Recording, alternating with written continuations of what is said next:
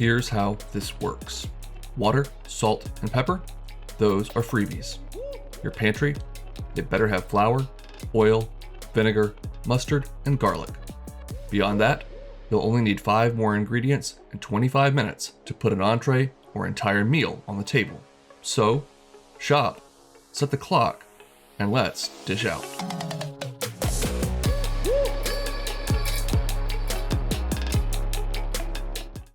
All right, our 5 ingredients for this sandwich will be a couple of eggs, a pork tenderloin, of course. This one's about 1.5 pounds. You want something in that range. Some good old tasty mayonnaise, some Ritz crackers. These are whole wheat, but the plain version would be just fine as well. And your favorite buns. I'm going to start by just trimming up this tenderloin and removing any excess fat or silver skin that's on there. When we pound these out, if there's any large pieces of silver skin, it's going to make it very difficult to get these thin and even. So go ahead and remove that as best you can. And once that's done, I'm also going to just take this same knife and cut this into 4 to 5 pieces. You want these somewhere in the 4 to 6 ounce range, just so again it's a good size for a cutlet on a sandwich. No need to measure this or be perfect here. I'm going to cut this up into, I want to say, about 5 pieces.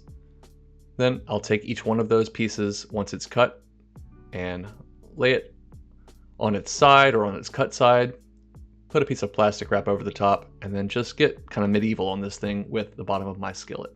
You could use a rolling pin or a meat mallet for this, but I think the wide flat surface of the bottom of a skillet is probably just the easiest thing and something we all have on hand. So flatten that out as evenly as you can till it's about 1/4 inch in thickness, and then just rinse and repeat carefully with your remaining pork tenderloin pieces.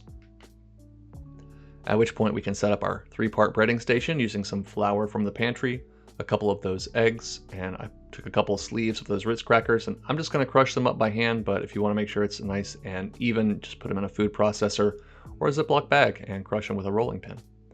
Either way, once that's done, we'll go ahead and bread our pork cutlets in some flour. Next up, into the egg wash. And I did not season any of these components. There's a good bit of salt in those crackers, and we are going to season the pork once it's coming out of the frying oil.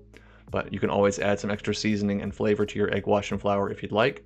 Either way, just get that pork cutlet very well coated in those Ritz crumbs, set it aside on a wire rack to rest, and rinse and repeat with your remaining cutlets.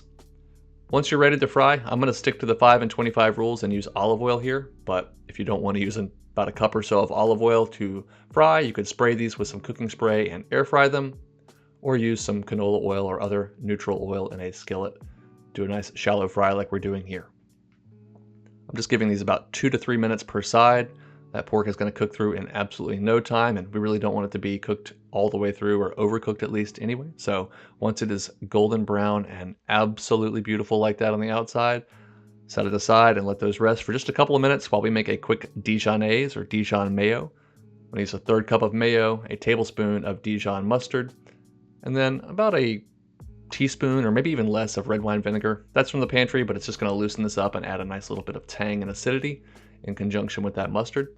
We're going in with plenty of freshly cracked pepper, giving that a vigorous stir, and I believe we're ready to build our sandwich. I took the liberty of toasting up that bun with a little bit of olive oil because we want to maximize texture and flavor in every bite.